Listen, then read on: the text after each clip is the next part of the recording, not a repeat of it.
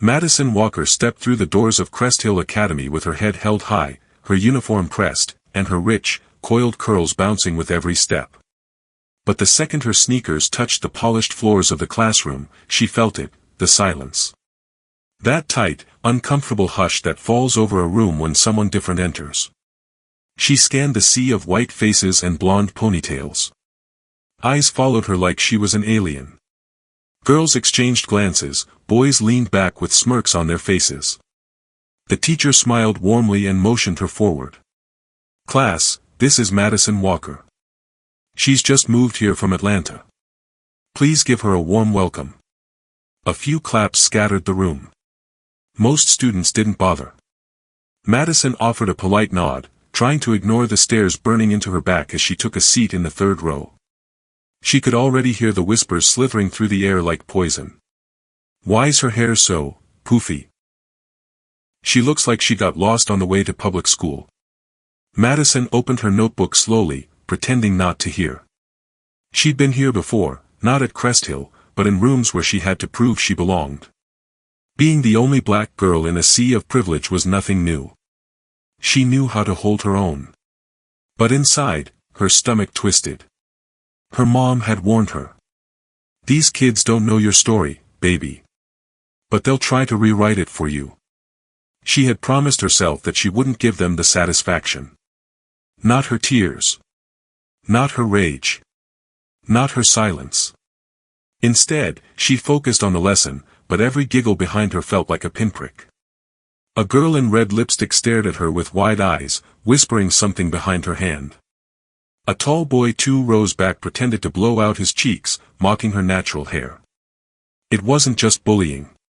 It was racism, sugar-coated in fake smiles and snide remarks. And still, Madison kept her shoulders square and her pen moving. She would not shrink herself to make them comfortable.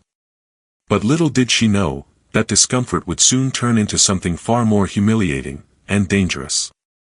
The scissors would come next. And that moment would change everything. Tea happened on a gray Tuesday morning. Madison had just settled into her seat, pulling out her notebook as usual. Her face was calm, unreadable, but inside, she'd started counting the days since the whispers began. Since the laughter followed her down the hall. Since someone left a note on her locker that said, "Go back to Atlanta, Jungle Girl." Ms. Brighton had stepped out of the room, asking the class to remain quiet. As if that would ever happen. That's when Luke Carson stood up, smug, privileged, untouchable.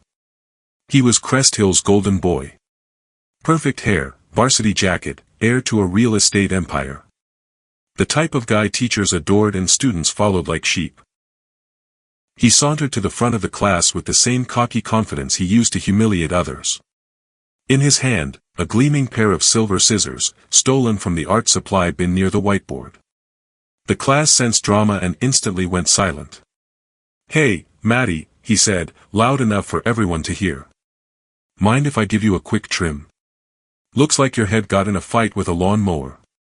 Madison's heart jumped, but her face remained still. She didn't turn. Didn't respond. That silence. It made him bolder. Luke reached down and grabbed a section of her thick curls. "No need to thank me. I do charity." Snip. The scissors sliced through her hair in one quick motion. Gasps echoed around the room, then came the laughter. Cruel, sharp, rising like a wave. Phones whipped out. Someone shouted, "Yo, he really did it." Another student giggled, "Finally, she looks human." Madison stood slowly. Her chair scraped the floor, and the sound cut through the chaos like a blade. She looked down and saw her hair, her identity, lying on the cold tile. Her hands didn't shake. Her lips didn't move. She just turned around, and stared at Luke. That stare was cold fire. Silent fury. Luke, expecting tears or screams, faltered for a second. But she said nothing. She simply walked out of the classroom without a word, the door clicking shut behind her like a promise. They laughed harder. They thought they'd won. They didn't know she was walking toward her transformation. Madison didn't go home. She didn't cry in the bathroom. Didn't call her mom. Didn't scroll through the cruel videos already circulating on social media under the hashtag #JungleSnip Challenge. Instead, she walked 10 blocks in the cold, hair uneven, dignity intact, straight to the one place that had always made her feel whole, Sensei Jordan's dojo. The chime above the door jingled as she stepped in. The faint scent of sweat, wood, and focus greeted her like an old friend. It was empty this time of day. Just Sensei Jordan, sweeping the mats. He looked up. Said nothing. But his eyes scanned her shaved patch, the strand of hair still clinging to her shoulder, the quiet rage in her posture. "You ready?" he asked softly. Madison nodded once. More than ever.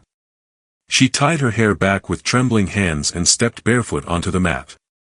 From that moment forward, she trained with fire. Not just physical drills, precision. Focused rage in every jab. Discipline in every stance. Grace in every form. No music. No distractions. The dojo lights dimmed with the winter sun, but she didn't stop. She practiced until her hands blistered. Until sweat blurred her vision. Until her body remembered who she was, not a victim, but a fighter. Not just a fighter, a warrior. Every morning before school, she trained. Every evening after school, she returned. Her mother didn't ask for details. She only watched Madison lace her sneakers with a fire in her eyes that hadn't been there before. At night, Madison stared into the mirror at her uneven hair and repeated to herself. "They took nothing from me. They woke me up."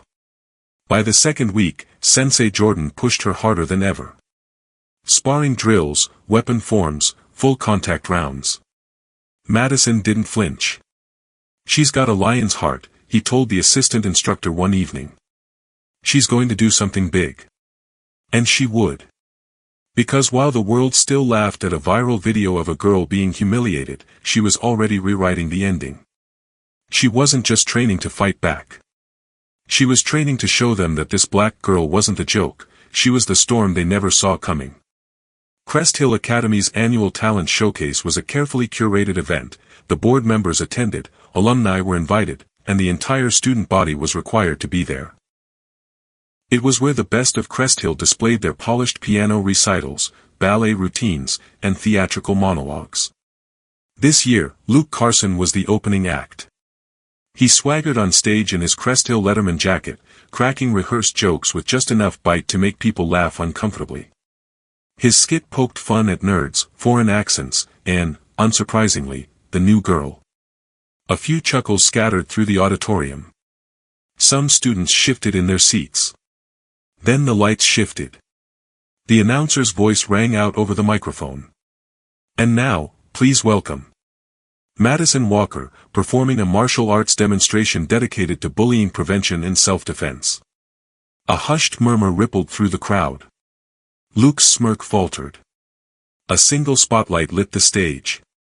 Madison stepped forward slowly, dressed not in her school uniform but in a sleek black karate gi. Her belt, dark brown, bordering black, was tied with quiet power. Her shaved hair was clean, deliberate, glowing under the lights. She looked like a warrior walking through fire. And then, she moved. The auditorium sat in stunned silence as Madison launched into a flawless kata, strikes, blocks, sweeps, her form precise, her motion fluid like water and steel. She spun, kicked, and struck with such focus that the audience forgot they were watching a teenage girl. They were watching resistance personified. She transitioned into a breaking sequence. 3 wooden boards were stacked, each bearing a hateful phrase taken from the cruel video comments: "Go back to the jungle, you don't belong here, be grateful we noticed you." With a fierce yell, Madison shattered them one by one, no hesitation, no mercy. The final board had a single phrase carved in bold. "Trim the jungle." She stared at it for a moment, then broke it with a spinning back kick so powerful, it echoed like thunder. The audience erupted. Cheers, gasps, even tears. The teachers stood. The board members clapped. And Luke? He sank in his seat, pale and silent. Madison bowed deeply, her face calm, not smiling, not gloating. Just powerful. They had tried to humiliate her on a stage. She chose to rise on one. The video of Madison's performance spread like wildfire. By nightfall, it had gone viral on TikTok and Instagram. But this time, she wasn't the target of ridicule, she was the symbol of resistance. The girl who turned bullying into a battle cry. The comment sections were flooded. This gave me chills. She flipped the script, icon. To every black girl who's been mocked for her hair, this one's for us. News outlets picked up the story. Teen Vogue reached out. A civil rights group posted the clip with the caption, "Strength is silent." Then it strikes. Back at Crest Hill, the mood shifted overnight. Luke Carson was suspended for violating the school's zero-tolerance bullying policy. The girls who laughed and filmed were issued formal warnings, some even received temporary suspensions. The administration scrambled to contain the fallout, claiming it was reassessing the school's approach to diversity and inclusion. But Madison didn't care for their statements. She had already made hers, with fists of steel and a spirit they couldn't erase. She was invited to speak at a school-wide forum on racism and bullying. Standing at the podium, she looked around the same auditorium that once echoed with laughter at her expense. This time, it was silent. Listening. "I'm not here for apologies," she said. "I'm here for change. Not just in how you see black girls, but how you stand with them when the jokes start flying." Her voice didn't shake. It carried like a drumbeat. Crest Hill introduced a new student-led anti-bullying task force. Madison was unanimously voted in as its chair. She began teaching weekly self-defense classes for girls. Open to all, but especially for those who had once felt invisible. And her hair. She kept it short. Not because she had to, but because she owned it. In interviews, when asked if she regretted how it all started, Madison would smile and say, "They cut my hair. I cut their ignorance. Seems fair." Because in the end, the scissors didn't define her story. Her strength did. They tried to break her with laughter and cruelty. She answered with discipline, courage, and a kick that made history.